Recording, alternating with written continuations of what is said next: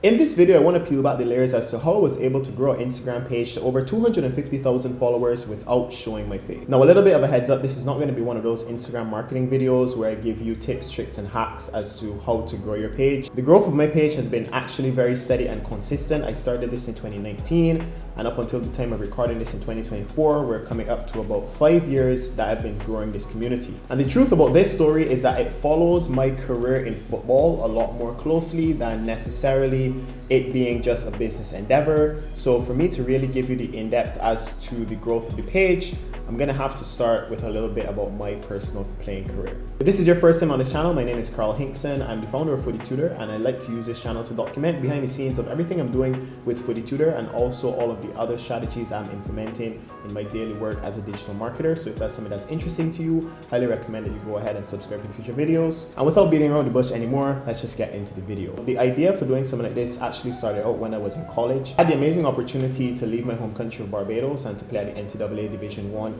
in the United States. And whilst I was there, one of my personal goals was always to try to play professionally after college. So in an effort to fulfill financial obligations so that I could pursue a pro career, I wanted to find a way that I could make location independent income. And this is why in college, I actually started learning a lot about how you could potentially build Instagram pages and monetize them. One of the people who has become potentially most famous for this is Biaheza. He was a huge inspiration for me building up Instagram pages and then setting up Shopify stores, selling ads to other people, but also selling ads to your own Shopify stores and making money from e-commerce. Now, the truth is, when I first started this, I actually tried and failed multiple times for about a year and a half, just creating different pages that I thought were in niches that could make money or that I thought would be interesting to make content, so like watches, cars. And it wasn't until I actually started my first football page that I started to see any level of real success. And I think the two reasons for this were because this is something that I was actually knowledgeable about, so I could share a level of knowledge that people could see that I was an authority, so people were attracted to that.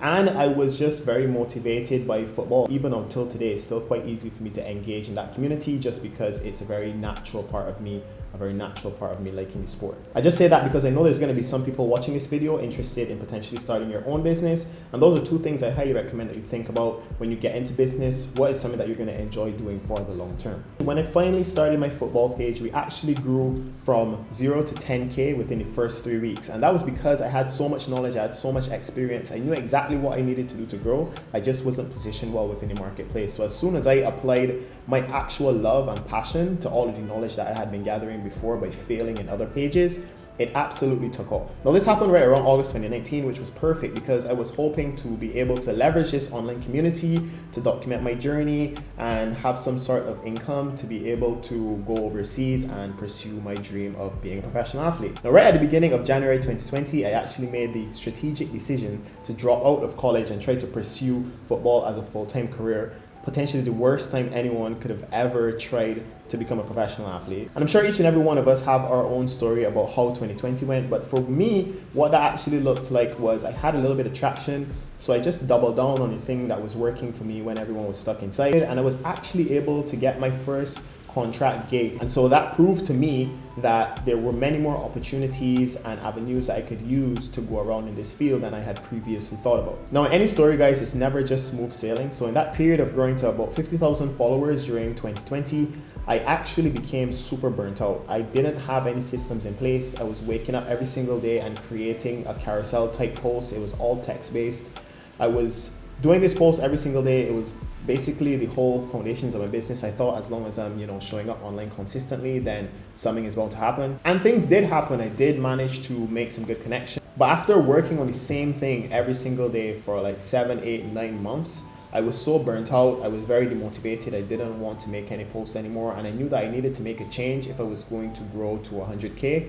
And so that's when I made my first strategic pivot. Right around early 2021 is when a lot of other creators had started coming onto the platform. And so I made a decision to now move the page from being just about me and the work that I put out to curating the best football development content on the internet. Now, I think that this is one of the most strategic marketing pivots that I've actually made until today. It has enabled me to position FootyTutor now as not just one creator, but almost as the channel that people can go to find all the best creators. Now, by using this strategy of reposting the best development content, we were able to grow to about 150K before we started to stagnate again. And then to get from 150K to 250K, we made a decision to start opening it up, not only to development content, but to all different types of viral content, really including many more people within the football diaspora, and sharing our love for the sport with all different corners of the market. As I mentioned earlier in this video, there's a lot of nitty-gritty, there's a lot of attention to detail that goes into actually being able to see growth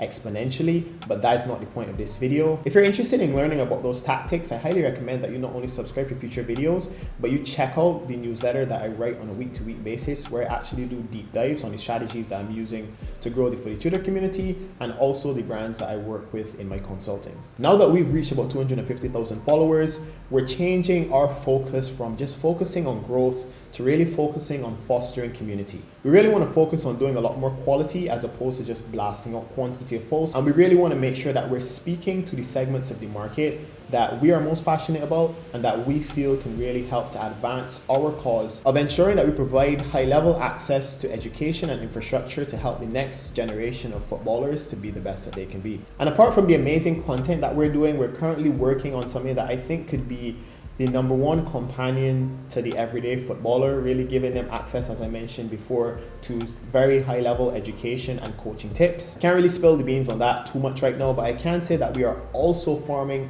very strategic partnerships with, for instance, in-person facilities and other high level content brands to ensure that we can make football more accessible and equitable for everyone involved. Even though I've been building this for a long time, every single day, every single week, there still feels like there's a lot of work to do.